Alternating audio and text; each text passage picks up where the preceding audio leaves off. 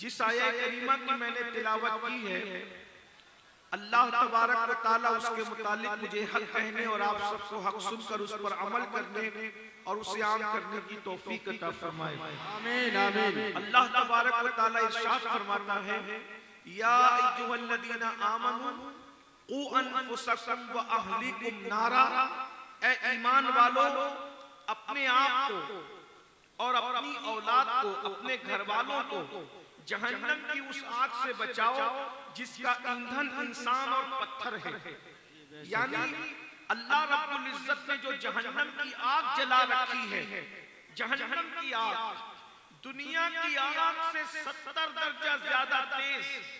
ये जो दुनिया की आग है इससे 70 दर्जा ज्यादा उसमें हरारत है, उसमें तेजी है। अल्लाह फरमाता है उस आग का ईंधन लकड़ी नहीं है, उस आग का ईंधन कोयला नहीं है, बल्कि अल्लाह इरशाद फरमाता है उस आग का जो जहन्नम की आग है वो इंसानों से जलती है, वो इंसानों से भड़काई जाएगी, वो पत्थरों से भड़काई जाएगी। अल्लाह के रसूल सल्लल्लाहु अलैहि वसल्लम जहन्नम की आग को बयान करते हुए इरशाद फरमाते हैं 1000 साल तक अल्लाह ने जब जहन्नम की आग को भड़काया है तो वो सुर्ख हो गई, यानी लाल हो गई। जरा गौर फरमाएं, औरतें चूल्हा सुलगाती हैं तो हरारत का आलम क्या होता है, हम चूल्हा जलाते हैं तो हरारत का आलम क्या होता है। जिस जहन्नम को 1000 साल तक अल्लाह ने भड़काया हो, अल्लाह की ताकत का अंदाजा करो, अल्लाह की कुव्वत का अंदाजा करो। जिस अल्लाह ने 1000 साल तक जहन्नम की आग को भड़काया हो, उस जहन्नम की आग की हरारत का आलम क्या होगा, उसकी तेजी का आलम क्या होगा।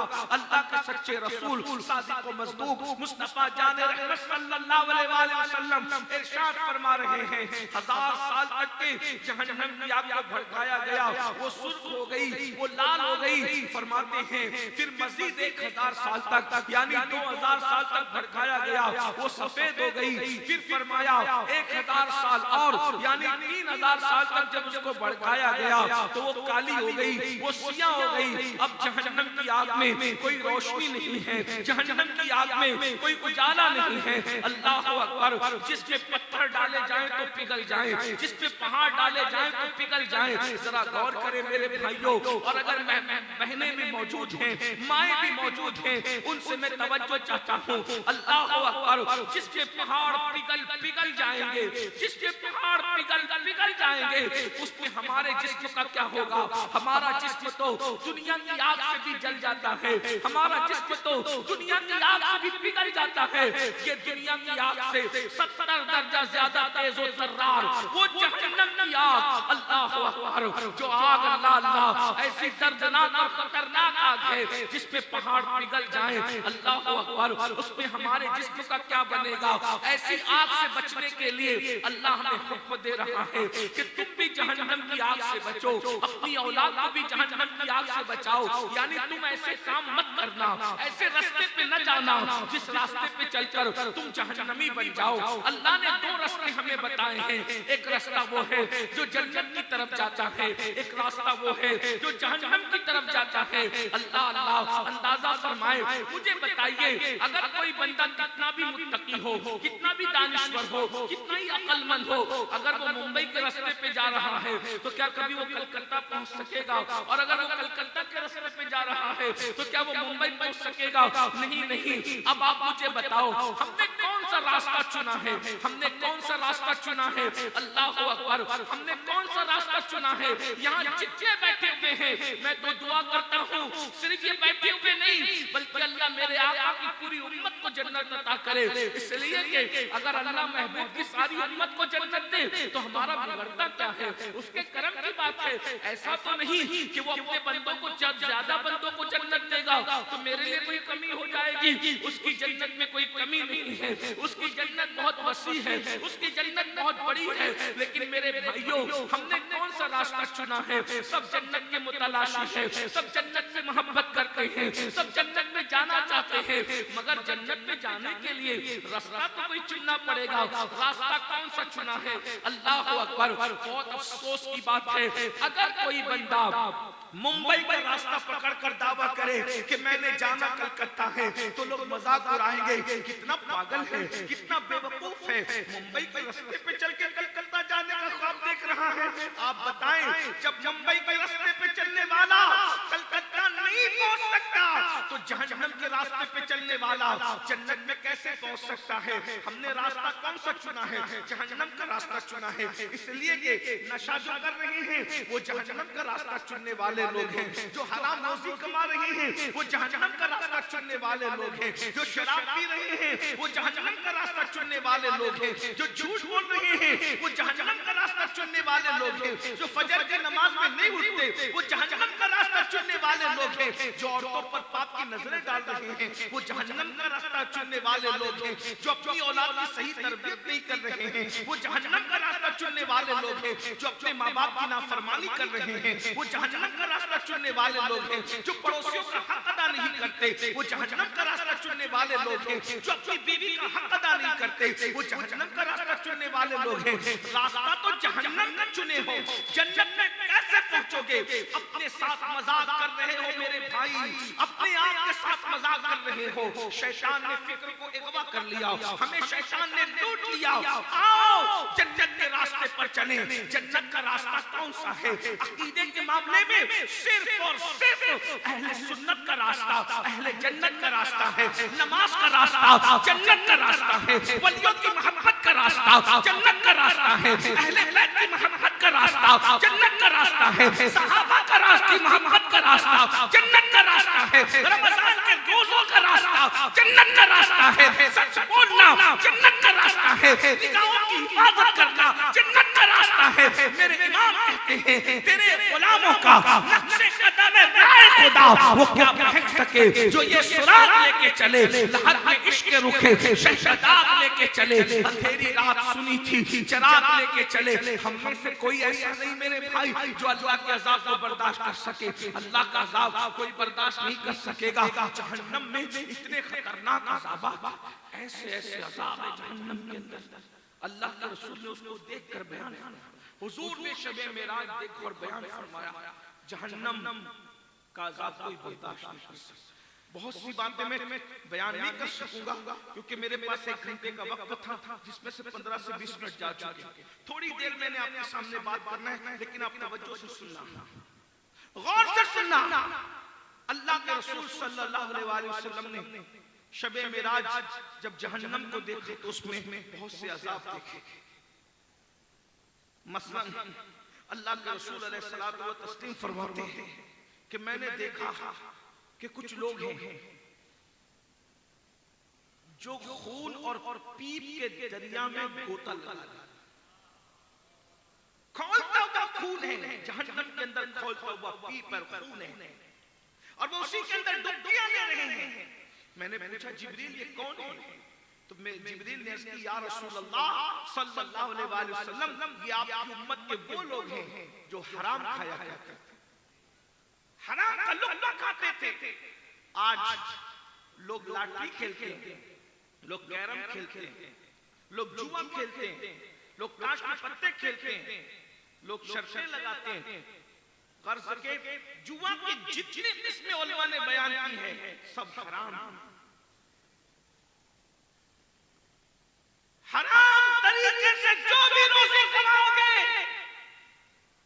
जहन्नम के अंदर खून और पीप के दरिया के अंदर डुबाए जाओगे। और जो एक लुक़्मा हराम का खाए 40 दिन तक अल्लाह उसकी कोई इबादत कबूल नहीं करता। अगर उसी हालत में वो मर जाए तो अल्लाह तबारक व तआला उस पर जन्नत की खुशबू भी हराम कर देता है।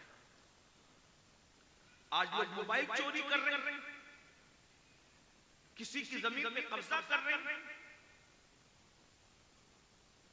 लोग झूठ बोल के कमा रहे हैं, धोखा दे के कमा रहे हैं, माल में मिलावट करके कमा रहे हैं। अपने मजहब में इसकी गुंजाइश नहीं है। हलाल से कमाओ, हलाल में बरकत है, बरकत। अल्लाह ने हराम में बरकत नहीं रखी, अल्लाह ने हलाल में बरकत रखी। हराम कमाने वाले के पास माल ज्यादा आ सकता है मगर उसको कभी सुकून नहीं रहेगा। शोर कितने अच्छे से सब पूरा मजमा सुन रहा है, ये चंद भाई शोर कर रहे हैं। सुन लो भाई, थोड़ी देर सुन। इतनी मेहनत से हजारों लोग आप जमा करते हो, एक दो आदमी चिल्ला करके पूरी महफिल का मजा किरकिरा करता। कोई बात नहीं, इत्मीनान से सुन। मैं बैठा हूं, बैठे सब एक बार सब दुरूद शरीफ पढ़ लो। अल्लाहुम्मा सय्यदना मौलाना मुहम्मद व अला आले सय्यदना व अला आले सय्यदना मौलाना मुहम्मद। मज़हब में हलाल हलाल हमारे लिए लाज़िम है। तलबुल हलाल फरीदतुन अला कुल्लि मुस्लिम, हर मुसलमान पे हलाल का तलब करना फर्ज है। हलाल में बरकत है। आप देखो फिरौन ने हराम और नमरूद ने हराम काम किए। आज ना फिरौन है ना नमरूद है ना उसकी दौलत है, लेकिन हजरत उस्मान गनी ने हलाल के जरिए से रोजी कमाई। उस्मान गनी दुनिया से चले गए मगर हजरत उस्मान की दौलत आज भी दुनिया के अंदर मौजूद है।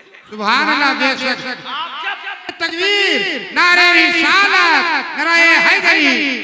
आप जब मदीने मुनव्वरा जाते हो तो हजरत सैयदुना उस्मान गनी ने जो उनके माल से जो हरम के लिए बिल्डिंगें वक्फ की गई है, आज भी लिखा हुआ है कि हजरत उस्मान की तरफ से ये बिल्डिंग हरम के लिए वक्फ है। यानी दौलत उस्मानी आज भी मौजूद है।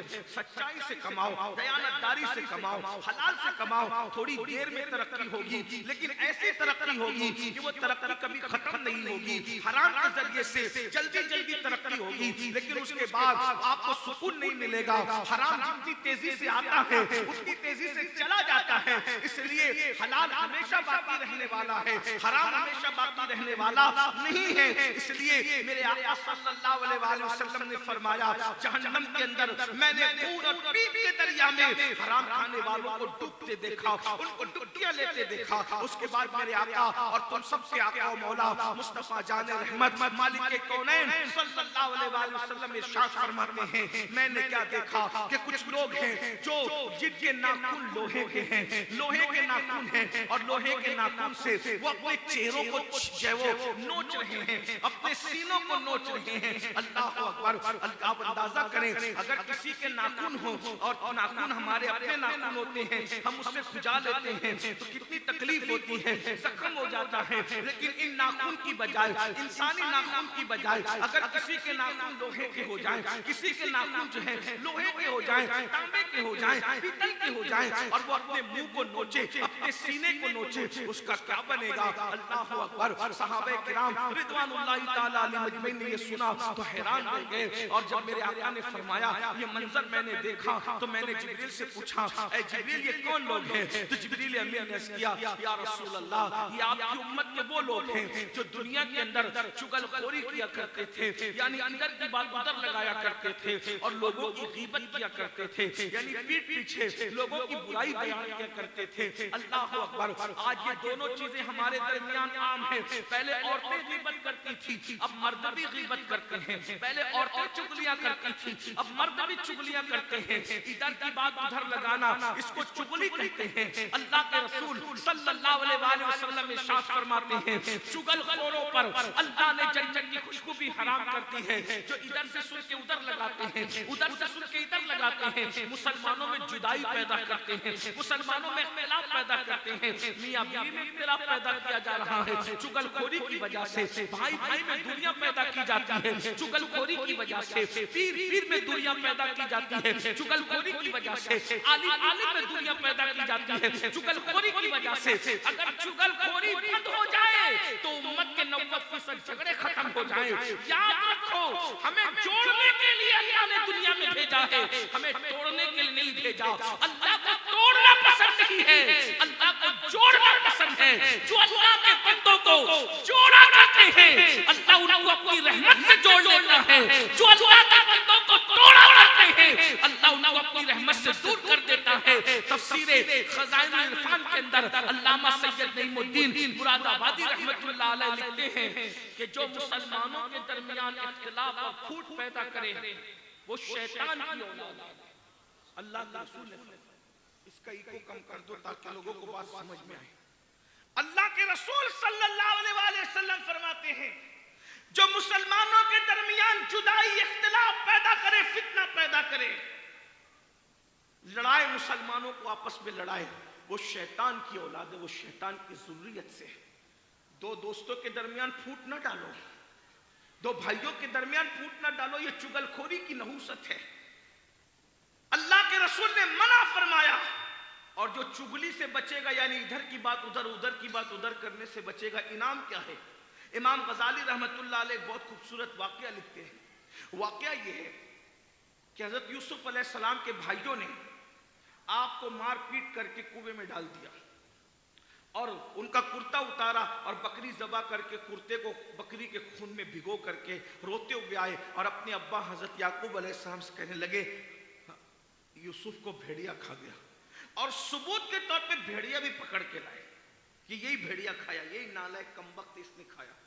यूसुफ याकूब अलैहिस्सलाम ने भेड़िए को देखा और भेड़िए से कहा, ओ भेड़िए तुझे मेरे मासूम पे रहम नहीं आया? इतना खूबसूरत सा मेरा नन्ना यूसुफ तू खा गया, तुझे शर्म ना आई, तुझे ख्याल ना रहा? अंबिया जानवरों की बातें समझते हैं और जानवर अंबिया से बातें करते हैं। हजरत याकूब नबी थे तो भेड़िए ने कहा, ए अल्लाह के पैगंबर आप भी नबी हैं और आप जानते हैं कि आपका यूसुफ सिद्दीक भी नबी है और जानवरों पर अल्लाह ने हराम कर दिया है कि वो नबी का जिस्म खाए। कोई जानवर कभी नबी का जिस्म नहीं खा सकता, कोई जानवर कभी नबी का जिस्म नहीं खा सकता। जमीन पर भी हराम है कि नबी का जिस्म खाए और जानवर पर भी हराम है कि नबी का जिस्म खाए। मैंने आपके मासूम यूसुफ सिद्दीक को नहीं खाया। तो याकूब अलैहिस्सलाम ने कहा, फिर मेरे बेटे का क्या हुआ जब तूने नहीं खाया? कहा मुझे सब पता है कि आपके बेटे के साथ क्या हुआ, मुझे सब पता है। तो या अब बेटे तो खड़े थे, वो समझ नहीं रहे थे क्योंकि ये जानवर बात कर रहा था याकूब अलैहिस्सलाम से। तो जानवर से कहा, भेड़िए से, जब तुझे सब पता है तो बता मेरे बेटे के साथ क्या हुआ? कहा पता है मगर मैं बताऊंगा नहीं, अगर बताऊंगा तो ये चुगली होगी, चुगली, और अल्लाह को चुगलखोर पसंद नहीं है। सुभान अल्लाह। मैं भेड़िया हूं। अल्लाह या रसूल या रसूल या अली मौला या अली मौला। मैं भेड़िया हूं मगर चुगलखोर नहीं हूं, इधर की बात उधर करने वाला नहीं हूं। मैं चुगली नहीं करता ताकि आपके और आपके बच्चों के दरमियान जुदाई पैदा हो, नफरतें पैदा हो, ये काम मैंने नहीं करना। अल्लाह को उस भेड़िए की अदा इतनी पसंद आ गई कि बता दिया गया अस्हाब कहफ का कुत्ता जैसे जन्नत में जाएगा वैसे हजरते यूसुफ अलैहिस्सलाम का भेड़िया भी जन्नत में जाएगा। सुभान अल्लाह। अल्लाह या रसूल अल्लाह। जैसे हजरते अस्हाब कहफ का कुत्ता जन्नत में जाएगा, इमाम गजाली लिखते हैं यूसुफ अलैहिस्सलाम का भेड़िया भी जन्नत में जाएगा। मुझे बताओ अगर भेड़िया चुगलखोरी से बच जाए तो अल्लाह उसको जन्नत अता करता है, अगर रसूलुल्लाह के गुलाम चुगली से बच जाए तो अल्लाह उनको जन्नत क्यों नहीं अता फरमाए? सुभान अल्लाह। चुगलखोरी ना कर।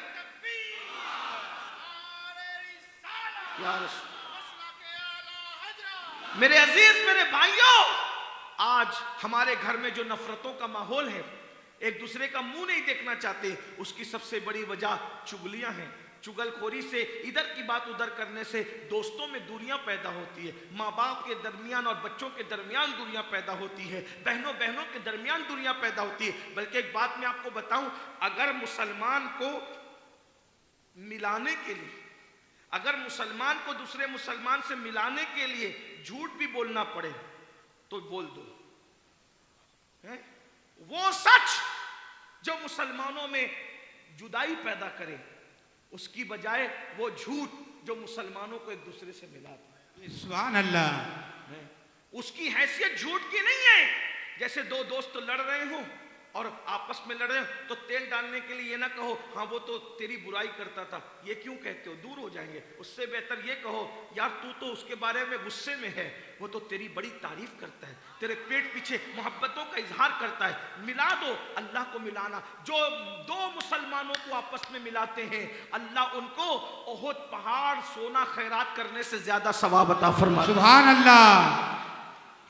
लोग तो मियां बीवी में नफरत डालने के लिए किस्से करते हैं, झूठ करते हैं। आज हर घर में आग लगी हुई है। चुगली पे कंट्रोल करो। और फिर गीबत बुज़दिल लोग करते हैं।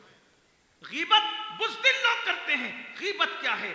गीबत ये है कि किसी के पीठ पीछे उसके बारे में ऐसी बात करना कि अगर उसके सामने कही जाए तो उसका दिल दुखे। ये गीबत क्या है? अल गीबतो अशद्दु मिनज़ ज़िना, के ज़िना से भी बुरा काम है गीबत करना। पीठ पीछे किसी की बुराई मत करो, बल्कि हदीस पाक में आया है जो किसी की बुराई करता है, गीबत करता है, गोया वो अपने मरे हुए भाई का गोश्त खाता है। क़यामत के दिन उनके सामने मुर्दा भाइयों का गोश्त रखा जाएगा, लोग खाओ। खा सकोगे अपने मरे हुए भाई का गोश्त? है किसी में हिम्मत मुर्दा भाई का गोश्त खाने की? मगर गीबत करने वालों को उनके मुर्दा भाई का गोश्त खिलाया जाएगा। क्यों गीबत करते हो? शैतान ने तुम्हें गीबत में मुब्तला कर दिया। दुनियादार तो दुनियादार हम देख रहे हैं, जिन्हें मजहब के ठेकेदार होने का दावा है, आज वो तबका भी शैतान का अलयकार बना। मस्जिद में बैठ के गीबतें हो रही है, मदरसों में बैठ के गीबतें हो रही है, जलसों के अंदर गीबतें हो रही है। अरे इतना कहना किसी के पीठ पीछे कि उसकी आस्तीन तो बड़ी लंबी थी, बुजुर्गों ने कहा यह भी गीबत में शुमार हो सकता है। उसकी नाक तो बड़ी चपटी है, यह भी गीबत में शुमार हो सकता है। उसका कुर्ता तो बड़ा लंबा है, यह भी गीबत में शुमार हो सकता है। उसका कद तो बड़ा नाटा है, यह भी गीबत में शुमार हो सकता है। और गीबत ज़िना से बदतर है। और गीबत करने वालों को भी जन्नत की खुशबू भी नसीब नहीं होगी। बहुत इतराते हो जन्नती होने पर, रसूलुल्लाह ने ऐलान कर दिया गीबत करने वालों को जन्नत की खुशबू भी नसीब नहीं होगी। अल्लाह अकबर। इमाम हसन बसरी कहा करते थे कि जो किसी की गीबत करता है, अपनी नेकी उसके नामे अमाल में डालता है और उसका गुनाह अपने नामे अमाल में लेता है। यानी नेकी तुम कर रहे हो, ट्रांसफर किसी और के खाते में कर रहे हो, और उसका गुनाह अपने नामे अमाल में ले रहे हो। तो इमाम हसन बसरी कहते थे अगर मैं किसी की गीबत करता तो अपने माँ बाप की गीबत करता। क्यों? ताकि मेरी नेकियां मेरे माँ बाप के नामे अमाल में चली जाए। मगर चूंकि गीबत करना हराम है तो मैं माँ बाप की भी गीबत नहीं कर सकता, क्योंकि गीबत करना हराम है। जरा गौर करें, आज गीबत आम हो रही है। किसी के पीठ पीछे, मैं कहता हूं किसी के पीठ पीछे किसी की बात करने से अच्छा है कि उतनी देर तक हम कलमा शरीफ पढ़ लें, उतनी देर तक हम दुरूद शरीफ पढ़ लें। आज हमारे चेहरों पे नूर क्यों नहीं है? गीबत की वजह।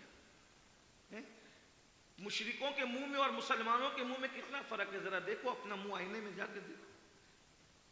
एक दौर वो था कि लोग मुसलमानों के चेहरे देख के मुसलमान होते थे। आज हमारे चेहरे पे वो रौनकें नहीं है, मोमिनाना रौनकें नहीं है। कॉस्मेटिक आइटम इस्तेमाल कर रहे हैं, खूबसूरत दाढ़ियां रख रहे हैं, खूबसूरत टोपियां पहन, लेकिन वो रौनक नहीं है जो कभी हुजूर गौसुल आजम दस्तगीर के चेहरे पे देखी गई। सुभान अल्लाह। जो कभी सरकार गरीब नवाज के चेहरे पे देखी गई, जो कभी इमाम आजम के चेहरे पे देखी गई, जो हजरत महबूब इलाही के चेहरे पे देखी गई। मेरे भाई, अपने वक्त का सही इस्तेमाल करो। और कितनी बड़ी बात कह दी गई कि गीबत जिना से बुरी चीज है। जिना से बचते हो तो गीबत से क्यों नहीं बचते? और एक बात ये भी, लोग इतने मुत्तकी हो गए, सो कॉल्ड मुत्तकी, कि सारी गीबत करने के बाद आखिरी में कहते अल्लाह तौबा, हम गीबत करने के लिए थोड़ी कह रहे थे, हम तो ऐसी बात बताने के लिए कह रहे थे। तो अगर पेशाब को शरबत कह के पियोगे तो क्या वो पेशाब शरबत हो जाएगा? सारी गीबत कह के भी आखिरी में कहते हो कि हम तो गीबत नहीं कर रहे थे। औरतों की आदत खास तौर पे पूरी पूरी रात बैठ के गीबतें करेगी और कहेगी अल्लाह तौबा इस्तगफार, हम थोड़ी गीबत करने वाले लोग हैं, अल्लाह हमको भी माफ करे उसको भी माफ करे। हमने तो एक दूसरे को बताने के लिए कहा। अपने जमाने की राबिया बनने वालियों, इस तरीके के झूठ और मक्र से काम नहीं चलता। तुम शौहर के साथ मक्कारी कर सकते हो, अल्लाह के साथ मक्कारी नहीं कर सकते। तुम दुनिया के साथ मक्कारी कर सकते हो, रब की बारगाह में किसी का मक्र नहीं चलता। इसलिए मेरे आका अलैहिस्सलातु व तस्लीम के गुलामों, तो अर्ज ये कर रहा था, अल्लाह के रसूल अलैहिस्सलाम ने जहन्नम के अंदर मुख्तलिफ लोगों को देखा। मैंने आपको अभी बताया।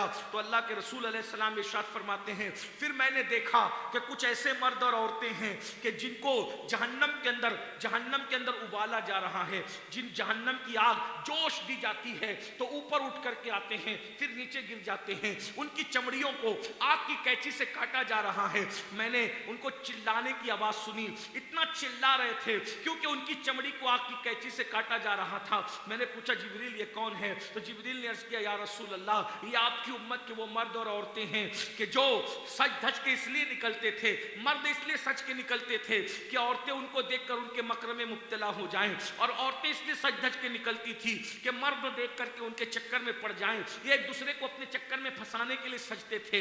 यानी सजना गुनाह नहीं है, संवरना गुनाह नहीं है, अच्छे बनठन के रहना गुनाह नहीं है। इस नीयत से सजना संवरना कि औरतों को अपने जाल में फांसे, और औरतें इस नीयत से सजे सवरे कि मर्द हमें देखें और हमारे मक्र में मुब्तला हो जाएं। ऐसे मर्द और औरतों की चमड़ियों को आग की कैंची से काटा जाएगा, उनकी चमड़ी आग की कैंची से काटी जाएगी। जरा तसव्वुर में तो लाएं, एक डॉक्टर ऑपरेशन करते वक्त बेहोश करता है, सुन करता है, उसके बाद कितनी नजाकत से काटता है, फिर दर्द की दवाएं देता है, जलन की दवाएं देता है। उसके बावजूद भी होश में आने के बाद इंसान बगैर पानी की मछली की तरह तड़पता है। जब जहन्नम की आग की कैंची से किसी का जिस्म काटा जाएगा, न बेहोश किया जाएगा, न दर्द की दवा होगी, न कोई सुन किया जाएगा, उस वक्त तो तड़पने का आलम क्या होगा। सजने से किसने मना किया? लेकिन शादियों में इसलिए बन संवर के जाते हो ताकि लड़कियों को अपने चक्कर में फांस लो। लड़कियां इसलिए बन संवर के जाएं ताकि मर्दों को अपनी तरफ माइल करें। ये अपने मजहब की तालीम नहीं। उसके बाद अल्लाह के सच्चे रसूल सादिक व मसदूक मुस्तफ़ा जान रहमत सल्लल्लाहु अलैहि वसल्लम फरमाते हैं, मैंने देखा कि जहन्नम के अंदर आग के दरख्त हैं। अल्लाह के रसूल फरमाते जहन्नम के अंदर आग के दरख्त हैं, और आग के दरख्तों पर आग की शाखें हैं, और आग की शाखों पर लोग उल्टे लटके हुए हैं। जहन्नम के अंदर आग के दरख्त, थोड़ी तवज्जो गौर करें। हो सकता है शायद ये इस हदीस पाक का आखिरी उन्वान हो, आगे मैं ना पढ़ सकूं, लेकिन तवज्जो आपकी खास, बहनों की बेटियों की खास तवज्जो आपकी भी।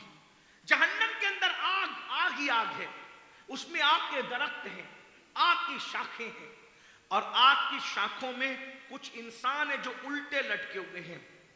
मैंने पूछा जिब्रील ये कौन है?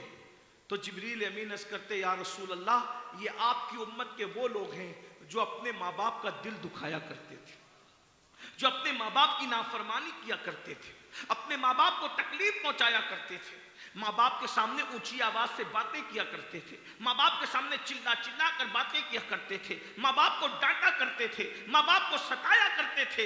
आज आप देखिए, अल्लाह अकबर, रसूल पाक साहिब औलाद मालिक कौनैन शहंशाह दारैन मुस्तफ़ा जान रहमत सल्लल्लाहु अलैहि वसल्लम ने सारी चीज़ों को खोल खोल करके बयान कर दिया, और भी जहन्नम का मुशाहिदा बयान किया। लेकिन यहाँ रुक कर मैं पूछना चाहता हूँ, ये जिन गुनाहों का मैं जिक्र कर रहा हूँ, क्या हम लोग इसमें मुब्तला नहीं है? आज माँ बाप को डांटा जाता है, माँ बाप को जो है रोब उन पर दबाए और डाला जाता है, माँ बाप को अजियतें दी जाती है, माँ बाप का दिल दुखाया जाता है। अरे वो मजहब, जिस मजहब के अंदर कुत्ते और बकरियों का भी दिल दुखाने की इजाजत नहीं दी गई, आज उस मजहब के मानने वाले लड़के मजहब से इतना दूर हो गए, लड़कियां मजहब से इतना दूर हो गई, अपने माँ बाप को सताते हैं, उनको डांटते हैं। अगर माँ बाप बीमार हो जाएं और उनके दवाखाने का बिल देने की बात आए तो चार बेटे हैं, चारों आपस में झगड़ा करते हैं, तेरी माँ नहीं है तू बिल दे, तेरा बाप नहीं है तू बिल दे। आपसे पूछना चाहता हूं मेरे भाई, याद रखना, अल्लाह अकबर,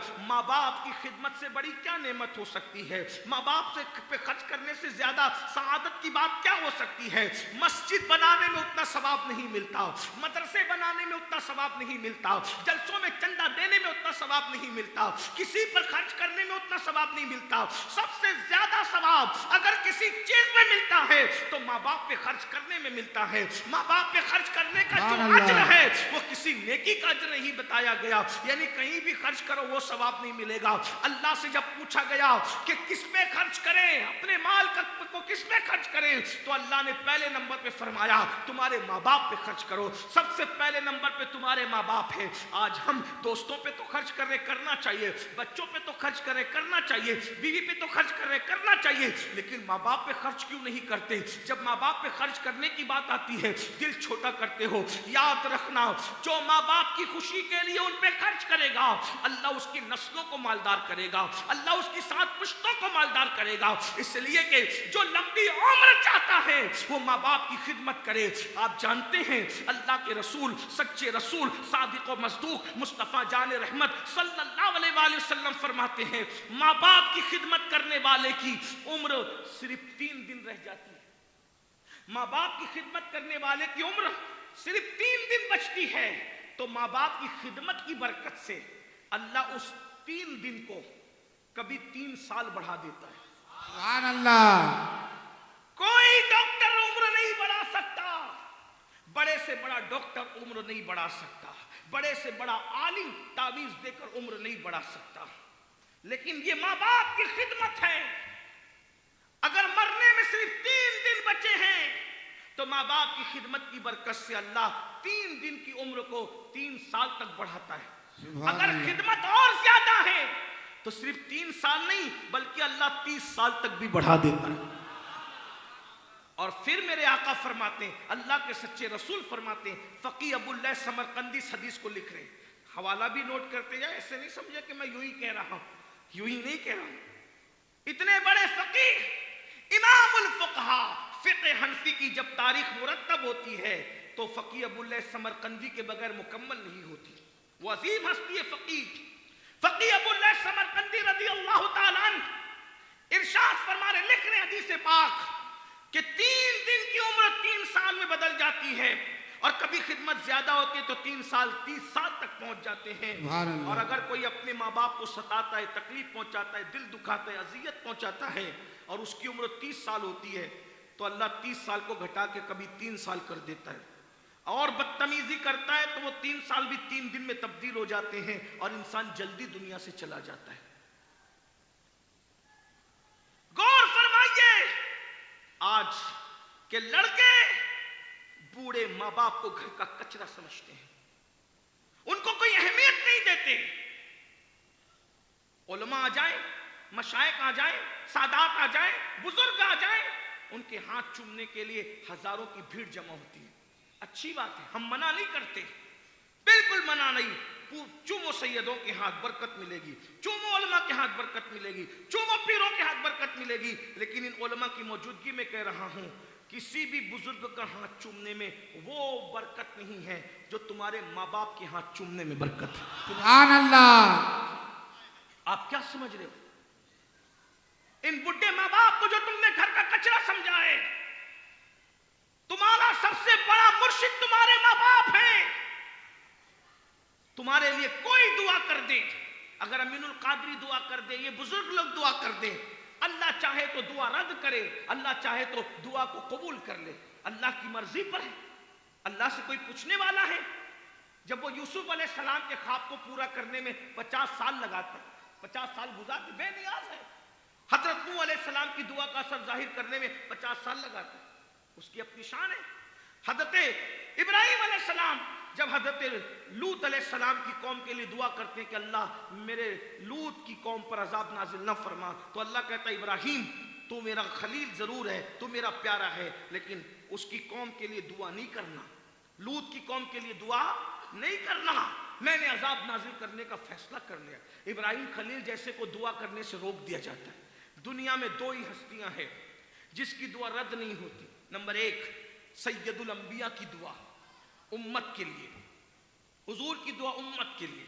मेरे नबी जब अपनी उम्मत के लिए हाथ उठाते हैं तो अल्लाह रद्द नहीं करता। इनायत का जोड़ा, इजाबत का सहरा, दुल्हन बन के निकली, दुआए मोहम्मद, इजाबत में झुककर गले से लगाया बड़ी नाज से जब दुआए मोहम्मद। सुभान अल्लाह। सब की दुआएं इजाबत तलाश करती हैं और मेरे नबी की दुआ को इजाबत ढूंढती नजर आती है। नारे तकबीर, नारे रिसालत। जिसकी दुआ के लिए इजाबत झुक जाती है उसको दुआए मोहम्मदुर रसूलुल्लाह कहते हैं। सुभान अल्लाह। ये हुजूर की दुआ है, मगर वही रसूल फरमाते हैं, आका फरमाते जैसे मफहूम हदीस है, आका फरमाते जैसे मुझ मोहम्मद की दुआ मेरी उम्मत के हक में रद्द नहीं होती, वैसे माँ बाप की दुआ उनकी औलाद के हक में रद्द नहीं होती। सुभान अल्लाह। बेशक अल्लाह या रसूलल्लाह। इतनी कीमती दुआएं छोड़ करके कहां भटकते हो।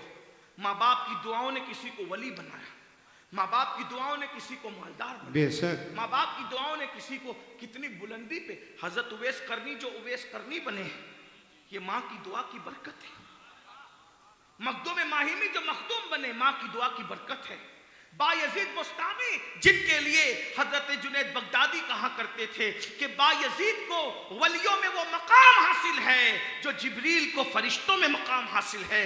ये मकाम हजरत बायजीद बुस्तामी को कैसे मिला? माँ की दुआ की बरकत से मिला। सुभान अल्लाह। बेशक अरे जिन माँ बाप की दुआ से विलायत मिल जाती है उन माँ बाप की दुआ से रोजी न मिलेगी। रोजी के लिए भटकते हो, सबसे दुआ करवा रहे हो, हैं? पंडवा शरीफ जा रहे हो, दुआ करवा रहे हो, किशोर शरीफ जा रहे हो, दुआ करवा रहे हो, मारेरा शरीफ जा रहे हो, दुआ करवा रहे हो, अजमेर शरीफ जा रहे हो, दुआ करवा रहे हो। सब जगह जाओ, कहीं मना नहीं है, लेकिन तुम्हारे घर में जन्नत है। सुभान अल्लाह। तुम्हारे घर में महसूस करो, अल्लाह ने जन्नत तुम्हारे घर में उतारी है। तुम तो हरन की तरह कर रहे हो, जैसे हरन की नाक में मुश्क है और वो पूरा जंगल घूम रही है, किधर है खुशबू, किधर है, वो पागल हुई हरन है? सब जगह जाओ, लेकिन पहले अपने माँ बाप के कदमों पे गिरो, उनसे दुआ लो।